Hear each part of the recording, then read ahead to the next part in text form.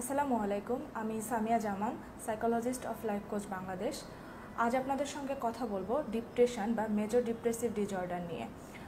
Depression এবং স্বাভাবিক মন খারাপ দুটার ভিতর কি আসলে কোনো পার্থক্য আছে? অনেক সময় এমন হয় যে আমাদের মন খারাপ থাকলে আমরা বলি যে আমি আসলে ডিপ্রেসড, আমার ডিপ্রেশন হয়েছে, বা বন্ধুবান্ধবের সঙ্গে কথা বলার সময়ই অনেকে বলে থাকে যে ও তো অনেক দিন থেকে ডিপ্রেশনে ভুগছে।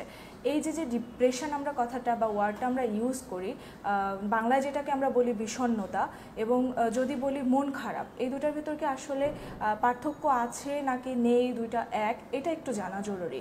ডিপ্রেশন এবং মন খারাপ দুইটা অবশ্যই এক জিনিস নয়, কারণ ডিপ্রেশন একটি মেডিকেল কন্ডিশন এবং যেটা চিকিৎসার মাধ্যমে ভালো করা সম্ভব, এটা খুব কমন কিন্তু সিরিয়াস মেন্টাল ডিসঅর্ডার। এবং মন খারাপ হচ্ছে নর্মাল আপনার ডেইলি অ্যাক্টিভিটিতে যদি কখনো স্যাড ফিল হয়, আমরা যেটাকে বলি সেটা হচ্ছে মন খারাপ। এখন ডিপ্রেশনের সিমটম নিয়ে কিছু কথা বলা যাক। ডিপ্রেশন কিভাবে বুঝবো যে আসলে আমি ডিপ্রেসড কিনা বা আমি ডিপ্রেশনে ভুগছি কিনা? যদি কখনো এমন হয় যে অনেক দিন থেকে মন খারাপ এবং আগে যেসব অ্যাক্টিভিটি করতে ভালো লাগতো ওই কাজগুলো করতে এখন আর ইন্টারেস্ট ফিল হয় না, সবসময়ই মুড অফ থাকে, ঘুম কম হয় বা ঘুম অনেক বেশি হয়, রুচি এবং খাদ্যাভ্যাসের পরিবর্তন, এক্ষেত্রে হতে পারে যে হঠাৎ করে ওয়েট গেইন অথবা ওয়েট লস।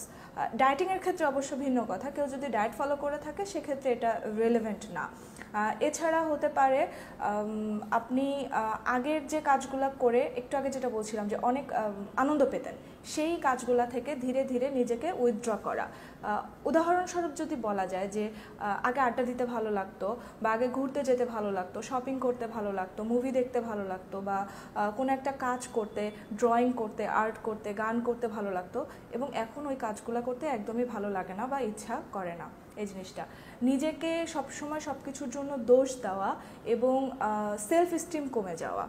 এরপরে হতে পারে আপনার এরকম যে ব্রেকআপ হয়েছে, ব্রেকআপের পেছনে পুরো দোষটা নিজের কাঁধে নিয়ে নেওয়া, এবং ওটার কারণে আপনি আপনার ডেইলি লাইফ, ডেইলি অ্যাক্টিভিটি থেকে দূরে সরে আসা। এবং এই সব ঘটনাগুলি যদি কারোর সাথে 2 সপ্তাহের বেশি সময় ধরে হয়ে থাকে, তাহলে এটাকে ডিপ্রেশনের জন্য ডায়াগনোসিস করা যেতে পারে।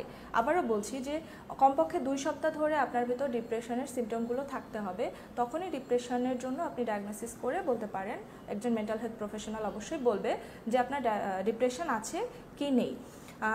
এছাড়া আরও যদি একটু অ্যাড করি, ডিপ্রেশনের ক্ষেত্রে সবথেকে জটিলতা যেটা হয় ডিসিশন মেকিংয়ের ক্ষেত্রে, এবং কনস্ট্রাকটিভ ওয়েতে চিন্তা করতে বাধাগ্রস্ত হয় মানুষ, এবং অনেকের ক্ষেত্রে সুইসাইডাল থট এবং মৃত্যুর চিন্তা আসে। ওকে, এটা ডিপ্রেশন। এখন ডিপ্রেশনের যে কমন সিমটমগুলোর কথা বললাম, এগুলোর সাথে কিছু মেডিকেল কন্ডিশনও অনেক ক্ষেত্রে একই সাথে কাজ করে। এরকম হতে পারে যদি কারোর ব্রেন ইনজুরি থাকে বা ব্রেন টিউমার থাকে, যদি কারোর ভিটামিনের ঘাটতি থাকে বা থাইরয়েডের সমস্যা থাকে, তখন ডিপ্রেশনের কমন সিমটমগুলো এবং ওই মেডিকেল কন্ডিশনের সিমটমগুলো ওভারল্যাপ করতে পারে। এক্ষেত্রে আসলে ডিপ্রেশন আছে কি না ডায়াগনোসিসের জন্য অবশ্যই একজন ফিজিশিয়ান অথবা মেন্টাল হেলথ প্রফেশনালের সাহায্য নেওয়া উচিত। স্ট্যাটিস্টিক্যালি মহিলাদের ডিপ্রেশনের হার বেশি পুরুষের তুলনায়, এবং যদি আমরা বয়সের রেঞ্জটা বলে থাকি সেক্ষেত্রে লেট টিন এজ এবং মিড 20s এই সময়টাতেই ডিপ্রেশনের হার বেশি থাকে। সবশেষে বলবো, যদি মনে হয়ে থাকে যে আপনার বা আপনার পরিচিত কারো, আশেপাশে কারো 2 সপ্তাহের বেশি ধরে এই কমন সিমটমগুলো দেখা যাচ্ছে এবং সে আসলে লো মুড ফিল করছে, এবং আপনার মনে হয়েছে যে সে ডিপ্রেশনে ভুগতে পারে, তাহলে দেরি না করে অবশ্যই একজন ফিজিশিয়ান অথবা মেন্টাল হেলথ প্রফেশনালের সঙ্গে কথা বলুন। ধন্যবাদ।